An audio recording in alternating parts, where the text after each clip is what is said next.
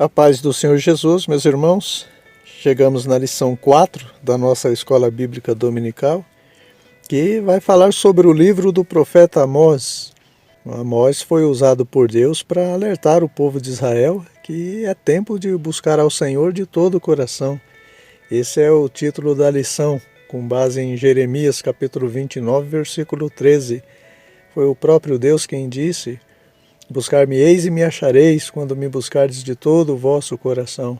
O profeta Amós era um homem simples, do campo, cuidava de ovelhas e de bois, e apesar dele ser do reino do sul, de Judá, Deus o enviou para profetizar contra o reino do norte, o reino de Israel, devido às explorações do povo e às injustiças sociais por parte dos líderes religiosos e das autoridades da época, E assim como todos os profetas de Deus, Amós também foi rejeitado por ser destemido, por não ter papas na língua, Irmãos, por ser apenas uma introdução, nós não vamos entrar em detalhes do livro ou do profeta, tá bom?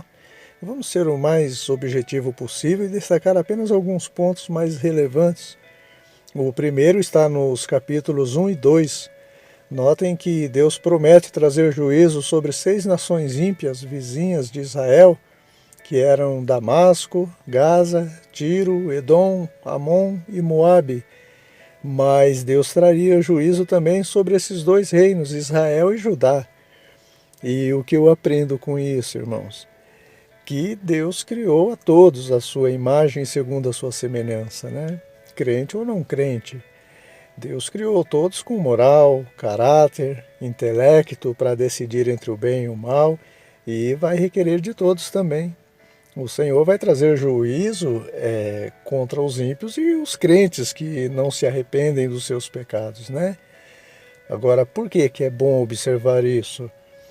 Porque tem crente que se acomoda, porque está na graça, é usado por Deus, e como se ser usado por Deus fosse prestar um favor para ele, Acha que o Senhor vai considerar e não trará juízo seus pecados. Pelo contrário, Jesus disse: a quem muito lhe confiou, muito mais será cobrado, E o crente tem a graça de Deus, a presença do Espírito Santo, as armaduras de Deus de Efésios 6 ao seu dispor.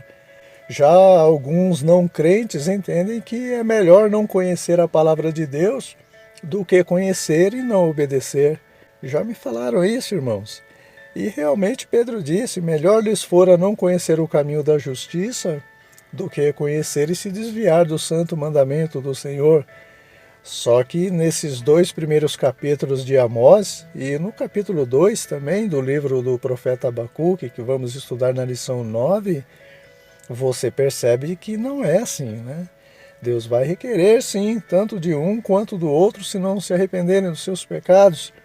A única diferença que eu vejo na Bíblia é que aquele que conhece a palavra de Deus e não obedece receberá mais açoites, O castigo será maior do que aqueles que não conhecem. Do mesmo jeito que haverá maior e menor galardão para os salvos, haverá maior e menor sofrimento para os perdidos também.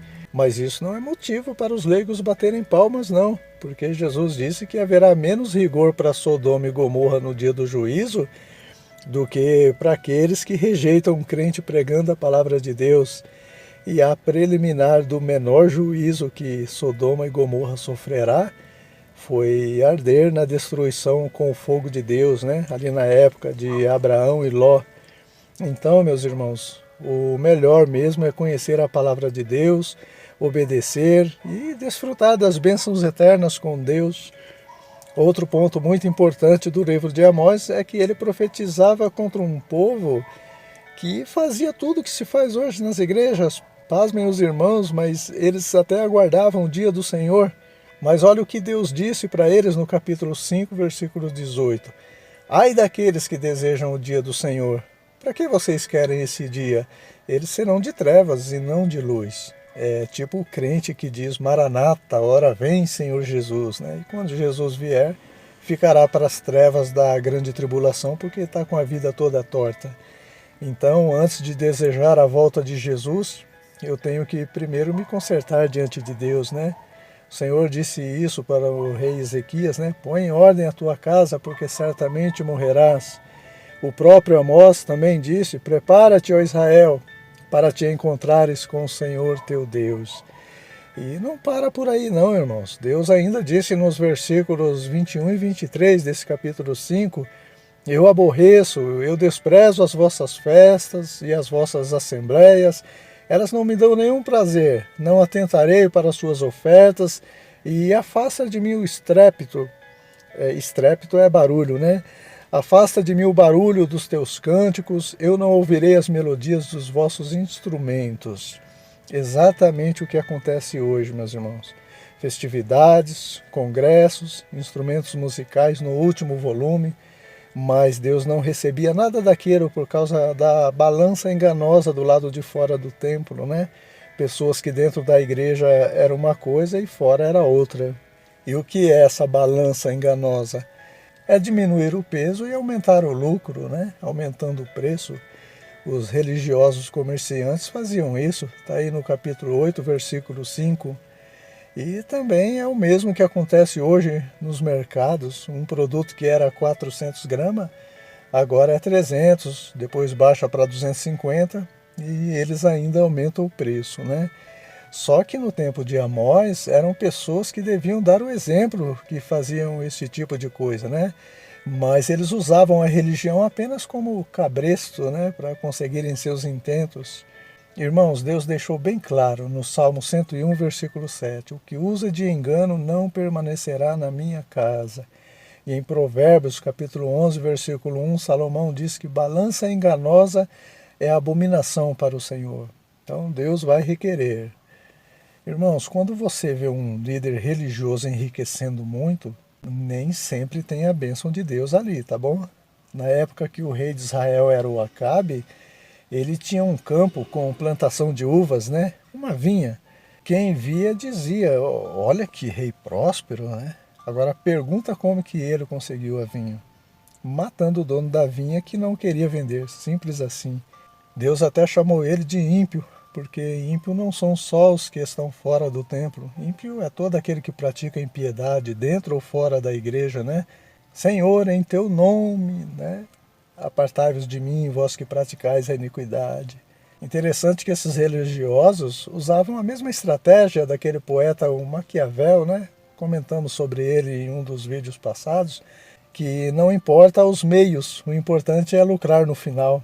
O fim justifica os meios. Só que o fim que eles pensavam justificar os meios não é o fim, né, irmãos? O fim ainda está por vir. O fim do ímpio é aquele que o salmista Asaf viu quando entrou no santuário de Deus. Será no dia do juízo final, diante do grande trono branco. Mas enquanto há vida, ainda há tempo de se arrepender e mudar o comportamento, né? No versículo 14, Deus conclui, buscai o bem e não o mal, para que vivais. E assim o Senhor, o Deus dos exércitos, estará convosco, como vocês dizem. Para encerrarmos, Deus deu 5 visões para o profeta Amós, do capítulo 7 ao 9, e em cada uma delas Deus mostrava como pretendia destruí-los se não se arrependessem dos seus pecados. Interessante que nas 2 primeiras visões de destruição, uma novamente com gafanhotos, como o profeta Joel também viu, e a outra com fogo, diante dessas 2 visões, dessas 2 destruições, o povo se arrependeu. Então Amós intercedeu diante de Deus e eles foram poupados. Só que nas 3 últimas ameaças, uma mostrando um prumo, prumo, para quem não sabe, é uma ferramenta de pedreiro, né, para medir a retidão vertical de uma parede, né? O povo não estava em retidão e Deus ia aprumar eles através desse juízo. A 4ª visão era de um cesto de frutos maduros, mostrando que o fim do povo estava próximo. E a última era de uma espada, mostrando que ninguém escaparia do juízo de Deus. E diante dessas 3 últimas ameaças, eles não se arrependeram e colheram as consequências.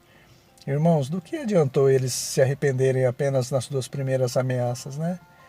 Então não adianta eu me arrepender uma ou outra vez apenas de um ou outro pecado. O sangue de Jesus me purifica de todo pecado quando eu me arrependo de todo pecado também, né? Jesus foi bem claro: aquele que perseverar até o fim, esse será salvo. Amém, meus irmãos? Vamos encerrar por aqui. Eu acredito que ficou mais claro esse livro de Amós. Deus continue abençoando a lição completa no estudo de vocês para domingo. E até a próxima, se Deus quiser.